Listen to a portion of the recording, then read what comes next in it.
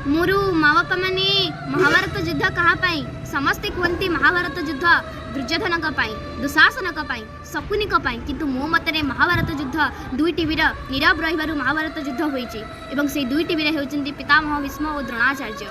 गोटे नारी को अत्याचार करा जाउची दुईटी दुष्ट लोक गोटे नारी को उल्लग्न करुचंती एडे बड़ वीर शास्त्र रे विद्वान शस्त्र रे विद्वान चुप बसिछंती।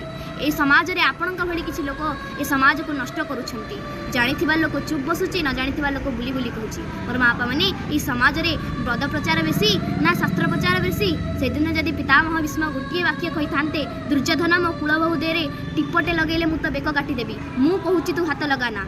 आज्ञा पृथ्वी रे कहार भी साहस नहीं पितामह भीष्म सहित प्रतिवाद करी द्रौपदी को हाथ लगेवा पाई।